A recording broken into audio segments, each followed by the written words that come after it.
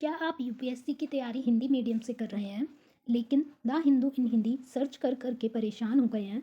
तो यह वीडियो आप ही के लिए है, इसलिए इसे अंत तक जरूर देखिएगा। चलिए स्टार्ट करते हैं आज का द हिंदू एडिटोरियल इन हिंदी, जिसका शीर्षक है महात्मा गांधी के विचार के साथ विश्वासघात, जो कि शशि थरूर, जो कि कांग्रेस के लीडर हैं, उनके द्वारा ये लिखित है। और आज के जो एडिटोरियल है वो मेंस पेपर 1 हिस्ट्री वाले सेक्शन से रिलेटेड है। तो आज के द हिंदू एनालिसिस में हम जानेंगे लेख प्रसंग, जो कि महात्मा गांधी हैं, विरोधाभास की व्याख्या, महात्मा गांधी के दर्शन, धार्मिक सहिष्णुता और अहिंसा, निष्कर्ष, अभ्यास के लिए एक प्रश्न है, प्रीवियस एडिटोरियल का एमसीक्यू सॉल्यूशन और आज का एडिटोरियल बेस्ड एमसीक्यू। तो दोस्तों, अगर आपने चैनल सब्सक्राइब नहीं किया हुआ है तो कर लीजिए, ताकि आपको the Hindu analysis in Hindi daily मिलता रहे। चलिए स्टार्ट करते हैं। प्रीलिम्स में ये भारतीय इतिहास से रिलेटेड है और मेंस में आधुनिक भारतीय इतिहास में महत्वपूर्ण व्यक्तित्व, इस वाली इकाई से रिलेटेड है। तो प्रसंग हमारा महात्मा गांधी हैं। दोस्तों, इस साल 2023 में महात्मा गांधी का जो असैसिनेशन हुआ था, जो उनकी हत्या हुई थी, उनकी हत्या को 75 साल हो जाएंगे। तो 75वीं वर्षगांठ है उनकी हत्या की। तो इस मुद्दे पर, इस संदर्भ में ये आर्टिकल आया है। दोस्तों, महात्मा गांधी के बारे में ये कहा जाता था कि वो मुसलमानों के लिए बहुत ज़्यादा नरम थे। तो इस वजह से जो नाथूराम गॉडसे थे, उन्होंने महात्मा गांधी की हत्या कर दी थी और जिसकी वजह से काफ़ी अफरा तफरी मच गई थी। तो ये वाला जो आर्टिकल है दोस्तों, ये काफ़ी पॉलिटिकल आर्टिकल है। तो हम पॉलिटिक्स से बचते हुए जो हमारा हिस्ट्री का पोर्शन है उस पर ज़्यादा ध्यान केंद्रित करने का प्रयास करेंगे, क्योंकि हमें कोई पॉलिटिक्स वाला आंसर नहीं लिखना है। तो महत्वपूर्ण वर्षगांठ ऐसे समय में आई है जब जो गांधी जी के विचार हैं और उनके जो कॉन्सेप्ट्स थे, आइडियाज़ थे, उनको अब चुनौती दी जा रही है। दोस्तों, आपने भी देखा होगा आजकल देश में गांधी जी को अब उतना महत्व नहीं दिया जा रहा है जितना कि पहले दिया जाता था, और उनके जो सिद्धांत हैं उसको लेकर प्रश्न चिन्ह भी कई लोग उठाने लगे हैं। तो ये जो महात्मा गांधी जी के विचारों पर हम प्रश्न चिन्ह या लोग लगाते हैं, उस संदर्भ में शशि थरूर जी अपनी बात रख रहे हैं। तो गांधी जी के अंतिम दिन जानते हैं थोड़ा इस बारे में। तो दोस्तों, एक ऐसे समय में जबकि जो उनके ऐतिहासिक विरोधी हैं, जिनके कि वंशज अब देश में शासन कर रहे हैं, उनकी जो स्थिति है, यानी कि राहुल गांधी के बारे में और सोनिया गांधी जी, ये जो गांधी परिवार है, ये वंशज कहा जा रहा है। तो ये जो वंशज है देश में अब शासन की उच्च स्थिति पर विराजमान है, और ऐसे समय में गांधी जी की कमजोरी यानी कि मुस्लिम हितों को आगे रखना, इस पर आलोचना की जाती है। तो जो कट्टरपंथी हिंदुत्ववादी हैं, जो बहुत ज़्यादा हेट करते हैं, नफ़रत करते हैं मुसलमानों से, उसे वो लोग गांधी जी को अमानवीय मानते हैं और उन्हें बहुत अच्छा नहीं समझते। तो इसी वजह से मुस्लिम समर्थक होने के कारण ही गांधी जी की हत्या नाथूराम गॉडसे के द्वारा हुई थी।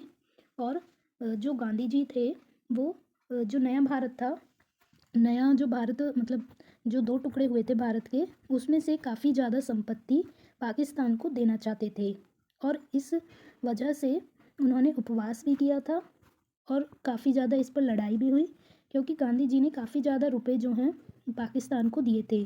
जब नया नया बना था देश, तो उसकी मदद काफ़ी की थी हमने।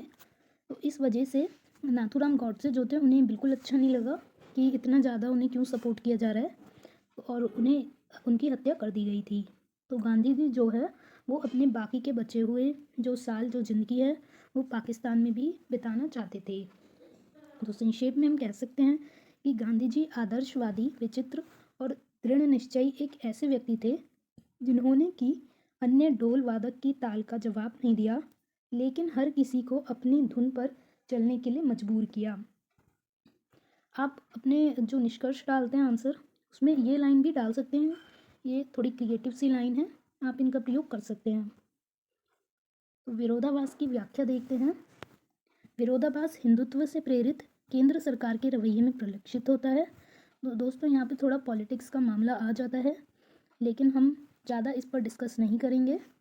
तो इसमें यही कहा गया है कि जो केंद्र सरकार है वो एक तरफ महात्मा गांधी जी के जो सिद्धांत हैं उनको अपनाती है, और दूसरी तरफ उनको कहीं ना कहीं खारिज भी करती है। तो हिंदुत्व जो विचारक वीडी सावरकर हैं, उन्होंने गांधी जी के अहिंसा और सत्य के विकृत सिद्धांत की अवमानना की थी। और वीडी सावरकर ने कहा था कि जो गांधी जी का अहिंसा सत्य का ये सिद्धांत है, ये हमारे देश को नष्ट कर देगा। तो जो हिंदुत्ववादी मानसिकता है, उसके बावजूद भी जो हमारी केंद्र सरकार है, वो गांधी जी को एक तरफ तो काफ़ी सम्मान उनका करती है, जैसे कि स्वच्छता ही सेवा में गांधी जी का बहुत ज़्यादा उन्होंने एक तरीके से प्रचार किया और उन्हें काफ़ी अच्छा माना, लेकिन कहीं कहीं पे गांधी जी की वो आलोचना करती भी दिखती है। तो यही विरोधाभास है, लेकिन इस पर हम ज़्यादा चर्चा नहीं करेंगे। तो महात्मा गांधी जी के दर्शन के बारे में जान लेते हैं।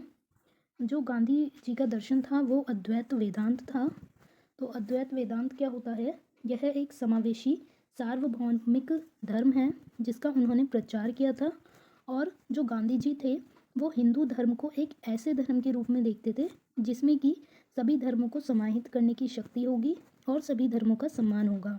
तो वो किसी एक धर्म के खिलाफ नफरत नहीं करते थे, सभी का सम्मान करते थे और सभी धर्मों को हिंदू धर्म में समाहित मानकर सबकी एकरूपता वो चाहते थे। अद्वैत वेदांत एक हिंदू साधना है, आध्यात्मिक अनुशासन और अनुभव का मार्ग है और रूढ़िवादी हिंदू स्कूल वेदांत की सबसे पुरानी मौजूदा परंपरा है। तो अद्वैत शब्द इस विचार को संदर्भित करता है कि केवल ब्रह्म ही अंततः वास्तविक है, जबकि क्षणिक अभूतपूर्व दुनिया ब्रह्म का एक भ्रामक रूप है। दोस्तों, ये अद्वैत वेदांत की परिभाषा है, आप चाहे तो कहीं पे इसका प्रयोग कर सकते हैं। धार्मिक सहिष्णुता और अहिंसा का जो महात्मा गांधी जी का सिद्धांत है वो देखते हैं।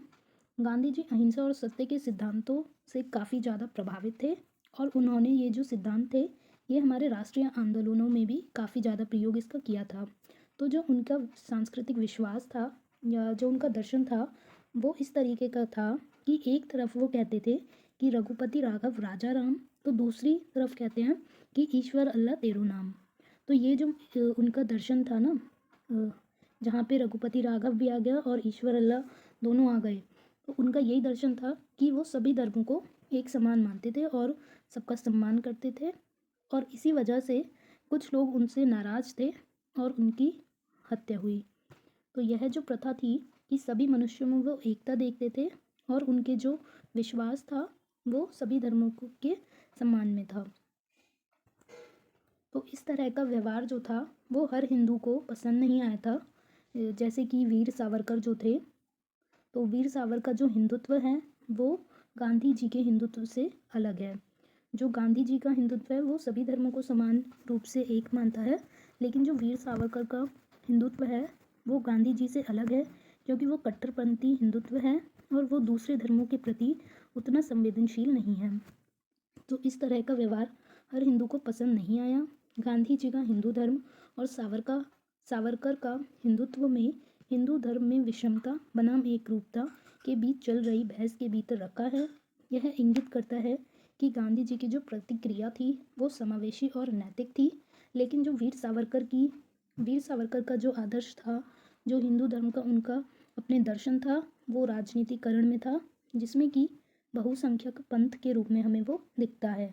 यानी कि जो वीर सावरकर थे वो हिंदू धर्म का राजनीतिकरण चाहते थे और गांधी जी का जो हिंदुत्व था वो थोड़ा अलग था। तो यहाँ पे एक विदेशी आलोचक हैं हेरेडिया, वो आप इसे आंसर में अपने कोट कर सकते हैं मेंस के। वो कहते हैं कि धर्म के बारे में गांधी जी की अपनी समझ, धार्मिकता हिंदू और साथ ही किसी अन्य परंपरा से आगे निकल गई। यह अनिवार्य रूप से मोक्ष के लिए एक आध्यात्मिक खोज है, लेकिन दुनिया में अंतिम और सबसे कम सेवा की वास्तविकता में निहित है। तो आप चाहें तो अपने हिस्ट्री के किसी आंसर में जहाँ ज़रूरत हो डाल सकते हैं। तो गांधी जी ने न केवल अद्वैत वेदांत बल्कि अनेकांतवाद की जैन धर्म की जो अनेकांतवाद की अवधारणा है उससे भी उन्होंने प्रेरणा ली थी। और गांधी जी ने एक बार ये घोषणा की थी कि मैं एक हिंदू हूँ, एक मुस्लिम, एक ईसाई, एक पारसी और एक यहूदी भी हूँ। तो ये भी आप अपने आंसर में उनकी विचारधारा डाल सकते हैं। निष्कर्ष देख लेते हैं। दोस्तों, अगर आपने अभी तक चैनल सब्सक्राइब नहीं किया है तो कर लीजिए ताकि आपको द हिंदू एडिटोरियल डेली मिलता रहे। तो निष्कर्ष देखते हैं। शशि थरूर कहते हैं, हिंदू धर्म और हिंदुत्व दो अलग अलग और विपरीत विचारों का प्रतिनिधित्व करते हैं। राष्ट्रवाद और हिंदू धर्म की भूमिका के लिए अलग अलग निहितार्थ हैं। गांधी जी जिन सिद्धांतों के लिए खड़े थे और जिस तरह से उन्होंने उनका दावा किया, उनका पालन किया, वह प्रशंसनीय है और हमें भी गांधी जी के विचारों को अपनाना चाहिए। तो ये आज का एडिटोरियल था। अभ्यास के लिए एक प्रश्न जानते हैं। गांधीवादी चरण के दौरान कई आवाज़ों ने राष्ट्रवादी आंदोलन को मजबूत और समृद्ध किया था। विस्तार से बताइए। ये यूपीएससी 2019 का क्वेश्चन है। तो प्रीवियस एडिटोरियल एमसीक्यू सॉल्यूशन देखते हैं। दोस्तों ये वाला जो मैंने आपको एमसीक्यू दिया था वो इस संपादकीय विश्लेषण से था कि चेतावनियाँ जो संविधान को खतरे में डालती हैं। अगर आपने ये एडिटोरियल नहीं देखा है तो देख लीजिए, लिंक आई बटन में आ रहा है और डिस्क्रिप्शन बॉक्स में भी दिया गया है। तो सही व्याख्या जानते हैं एमसीक्यू की। कॉलेजियम प्रणाली न्यायाधीशों की नियुक्ति और स्थानांतरण की एक प्रणाली होती है जो कि सर्वोच्च न्यायालय के जो निर्णय हैं उनके माध्यम से विकसित हुई है, जिसमें कि संसद का कोई अधिनियम या प्रावधान नहीं है, बल्कि यह सर्वोच्च न्यायालय के निर्णयों से काम करता है। तो कॉलेजियम जो है उसमें भारत के चीफ जस्टिस होते हैं और सुप्रीम कोर्ट के 4 जो सबसे सीनियर मोस्ट जज होते हैं उन 5 इन लोगों का समूह होता है और ये 5 लोग मिलकर एक चीफ जस्टिस और 4 वरिष्ठतम जज, ये समूह मिलकर डिसाइड करते हैं कि सुप्रीम कोर्ट में और कौन जज होगा। तो आज का एडिटोरियल बेस्ड एमसीक्यू जिसका संदर्भ है संपादकीय विश्लेषण, बाधाओं के बिना स्कूलों का विकास करना। अगर आपने यह एडिटोरियल नहीं देखा है तो देख लीजिए, लिंक आई बटन में आ रहा है और डिस्क्रिप्शन बॉक्स में भी दिया गया है। तो प्रश्न जानते हैं। निम्न कथनों पर विचार करें। लीव नो वन बिहाइंड का सिद्धांत सतत विकास के लिए 2030 एजेंडा को संपोषित करता है। शिक्षा का अधिकार अधिनियम 2009 शिक्षा का मौलिक अधिकार है और 3 से 14 वर्ष की आयु के बच्चों के लिए मुफ्त और अनिवार्य शिक्षा देता है। दोनों में से कौन से कथन सही हैं आपको बताना है। तो सही विकल्प का चयन करें। फर्स्ट में है 1 और 2 दोनों सही, केवल 1 सही, केवल 2 सही या दोनों गलत। तो दोस्तों आज की पीडीएफ का पासवर्ड जान लेते हैं, जिसका पासवर्ड है महात्मा गांधी। और दोस्तों वीडियो पसंद आया हो तो लाइक कीजिएगा, शेयर कीजिएगा और चैनल को सब्सक्राइब कीजिएगा।